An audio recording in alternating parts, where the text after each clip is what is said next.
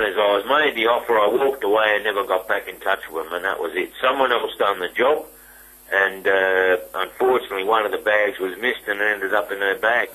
There was no intentions for the drugs to go to Bali, and that's it, you know.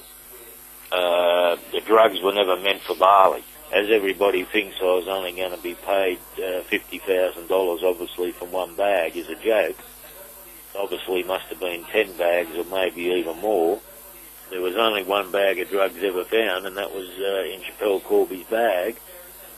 But so all the others must have been picked up, because they weren't going to turn around and pay me $50,000, obviously, for one bag. And that's where all these idiots and media turn around and make me out a joke.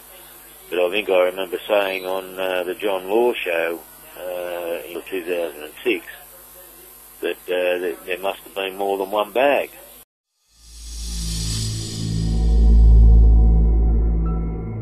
Well, basically, I never got back to them because I didn't want to turn around and get shot for maybe knowing what their operation was.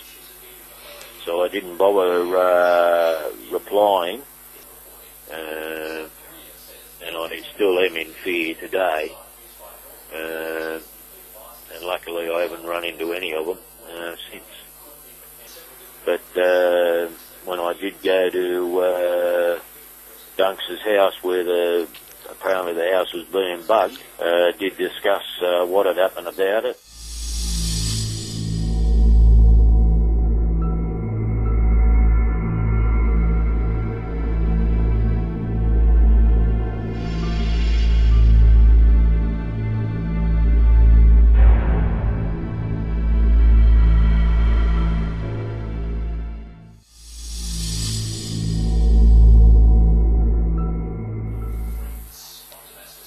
I suppose it's all down to Laycock and Hopes, the connection with Laycock and Hopes.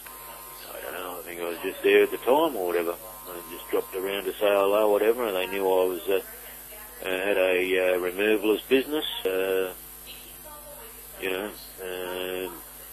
it up so that I go in there to pick something up as a removalist or whatever, and that would have been it.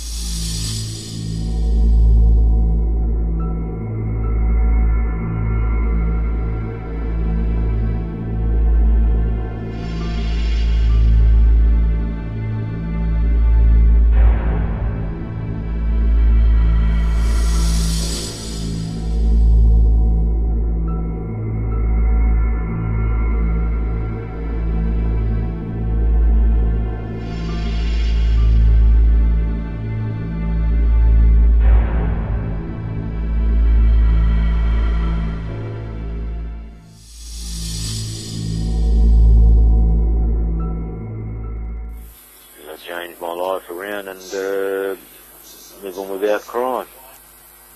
I didn't want to get in trouble. You know, I'd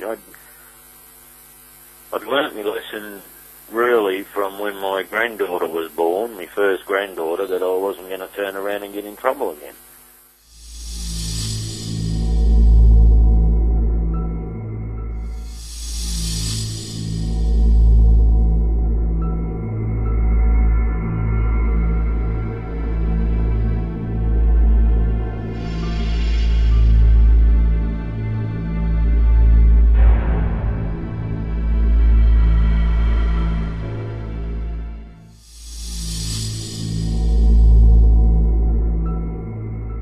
I turned around and I made a deal with the Telegraph, and I lived up my part of the bargain, and the Telegraph didn't live up to its part of the bargain. I needed that money to relocate out of Sydney, as into my fears, and as I said before, I'm still in fear of running into Dunks and Hopes over this issue.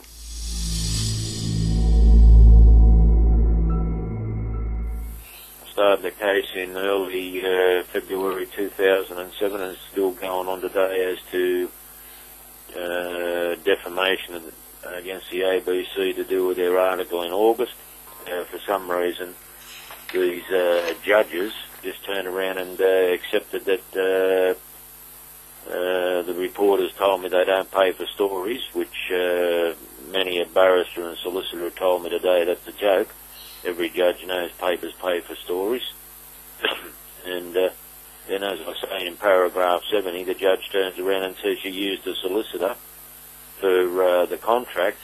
That must mean that there was a verbal contract and it wasn't concluded, but verbal contracts don't have to be concluded.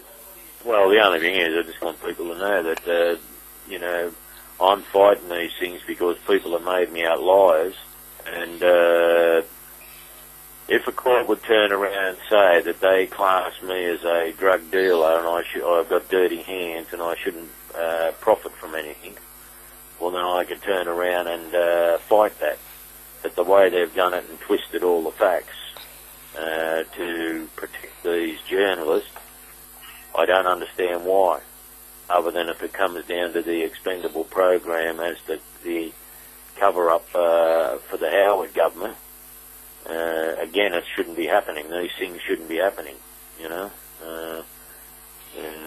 They go on about cover-ups and different things at the moment with these people in politics and that, but no one seems to want to turn around and tackle this issue.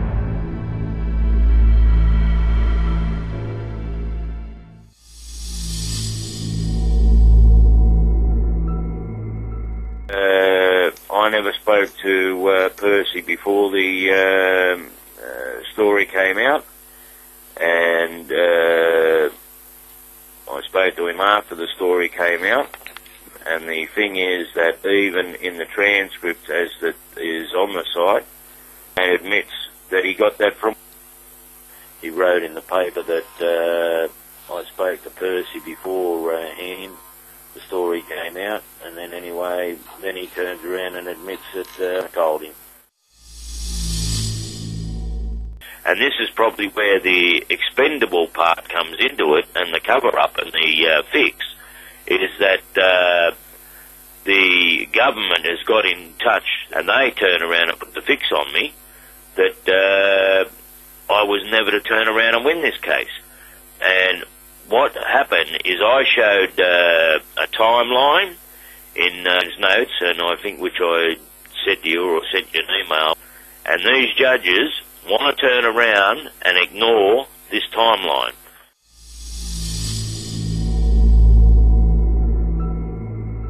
You know, but anyway, apparently I've sent all the information to the Federal Attorney General,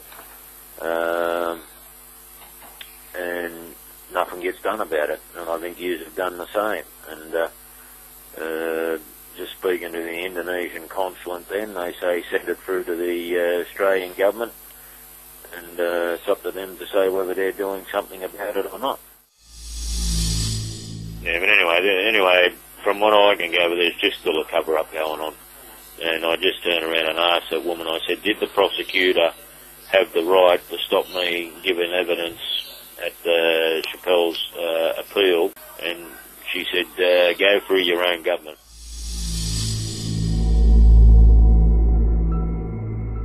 I know Chappelle Corby is suffering in prison in Bali. technically, really, that has nothing to do with me. I turned around and came forward to tell about an offer that was made to me at the time of her arrest, and that's all. And I have been running these cases at my own cost, with my own losses, and I know my financial losses would not even meet what she's gone through in suffering.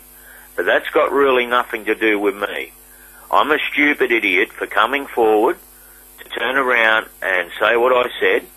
As I've said many, many, many times, criminals do not come forward and give themselves up. But this idiot has.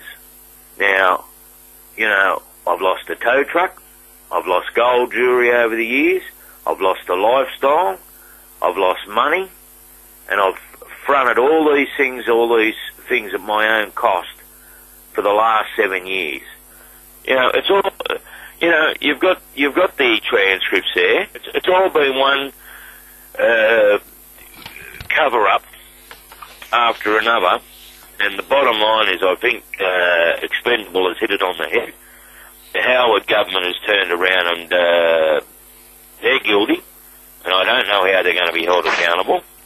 And we are controlled by two media organisations, Fairfax and Murdoch, or News Limited, and I don't know how you're going to get around that.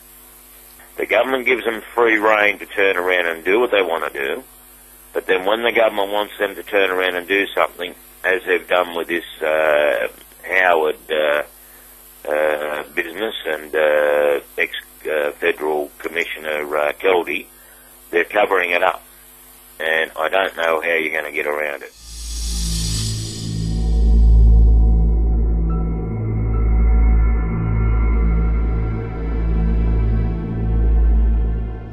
Chappelle, sorry for where you are, and hopefully I can help to still get you out, William Moss.